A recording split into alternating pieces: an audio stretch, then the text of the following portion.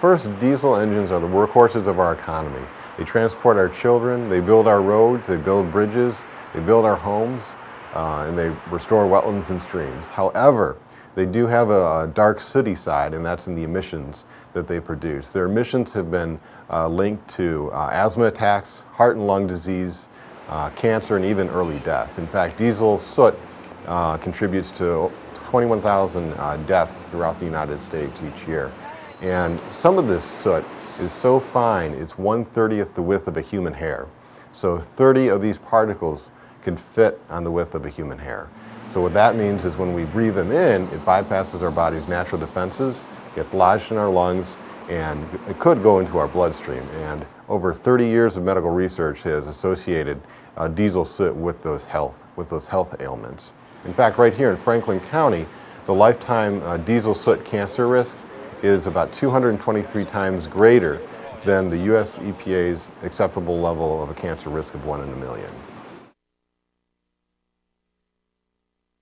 So here we are, we have the diesel particulate filter that's been installed on this wheel loader. Now, a diesel particulate filter is a type of emission control device, and as you can see, it is installed at the top, and it's going to virtually eliminate black carbon emissions that come out of this vehicle. Now, that's important for a couple different reasons. One is, black carbon from diesel engines is about 2,000 times more potent climate warming agent than CO2 or carbon dioxide. CO2 acts like a blanket, whereas the emissions that come out of this vehicle, the black carbon, actually generates heat when it's cooked in the sun, or it generates heat when the sun hits it.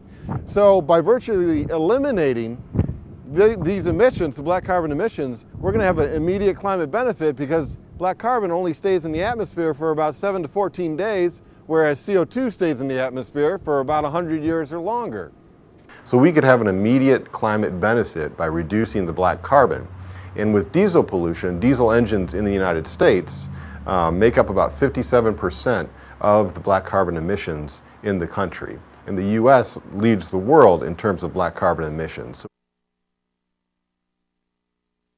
In 2007, the US EPA required all new on-road heavy-duty diesel vehicles, that would be your school buses, your semis, things like that, your dump trucks, to have a diesel particulate filter installed. Now that filter reduces the pollution by about 95%. And then in 2010, the regulations kicked in to control for the nitrogen oxide emissions. And here in Franklin County, there's two main pollutants that the US EPA regulates for. Particulate matter 2.5, which is 1/30th the width of a human hair, and then also ozone pollution, or also known as smog. And so diesels contribute to both, but they also have a nitrogen oxide component to their emissions. And what that does is it cooks in the summer sun along with volatile organic compounds in the long days of summer, and that's what causes that ground level smog, which of course gives us the air quality alert days.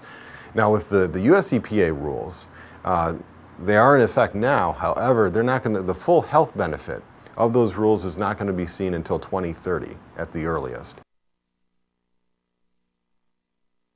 There are solutions out there. The easiest thing fleets could do is not idle their vehicles.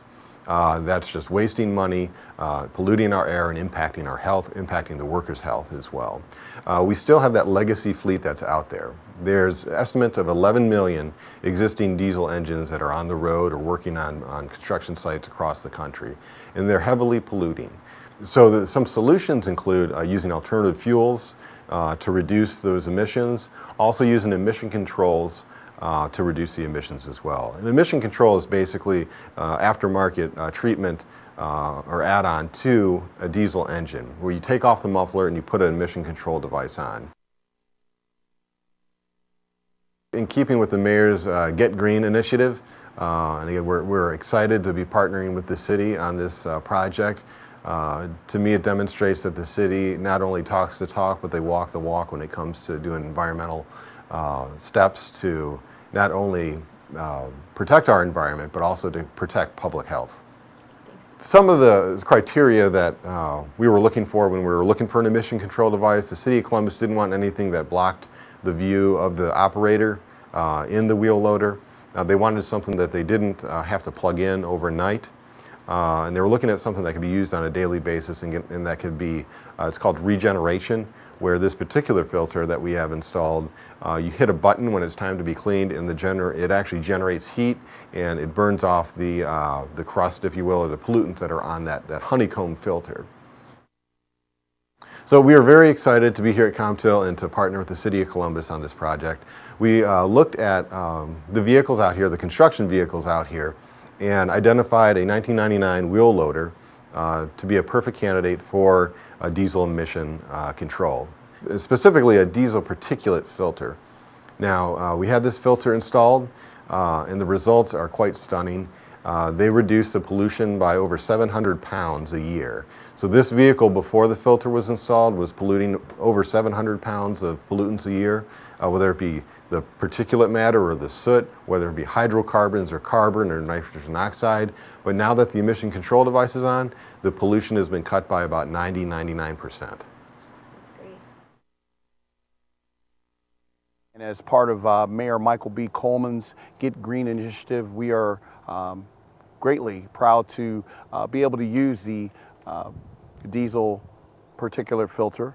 We have here a Volvo front end loader that it's been installed on, and since we've had it on since probably July, we've seen a great reduction in the amount of carbon that's been emitted into our atmosphere. Our greatest asset are our employees, so we want to protect them and protect their health. As you can see here, we are surrounded by farmland, and we lease this land so the crops aren't being inundated with the carbon that is being that has been in the past been emitted from our front end loaders. Our front end loaders use approximately 30 gallons of biodiesel a day. So with approximately 4 to 5 front end loaders being used on a daily basis on a 10-hour shift, if we were to have these on all of our machines, it would be a great reduction into the environment. The machine is regenerated daily at the end of the shift. There's a light that comes on and tells the operator when to go ahead and regenerate it, and it takes about 45 to 50 minutes, and it's a very efficient process. I would love to be able to have these installed on all of our machines. It would help with maintenance costs. If you just look at it from a budgetary finance aspect, to have one of these put on a machine at $15,000 per unit versus buying a new machine or a new device at a much higher cost, it would be a great cost savings for the city. The environment and getting green is at the top of our list of things we want to do. We want to be good neighbors and just help the city. By installing a filter, it could make fleets competitively, give them a competitive advantage, if you will, over other fleets, because some places require that the diesel equipment have filters installed or meet a certain level of reduction in pollution. So these filters are not only good for the economy because people aren't getting sick, and good for public health, but it could give a fleet a competitive advantage over other fleets.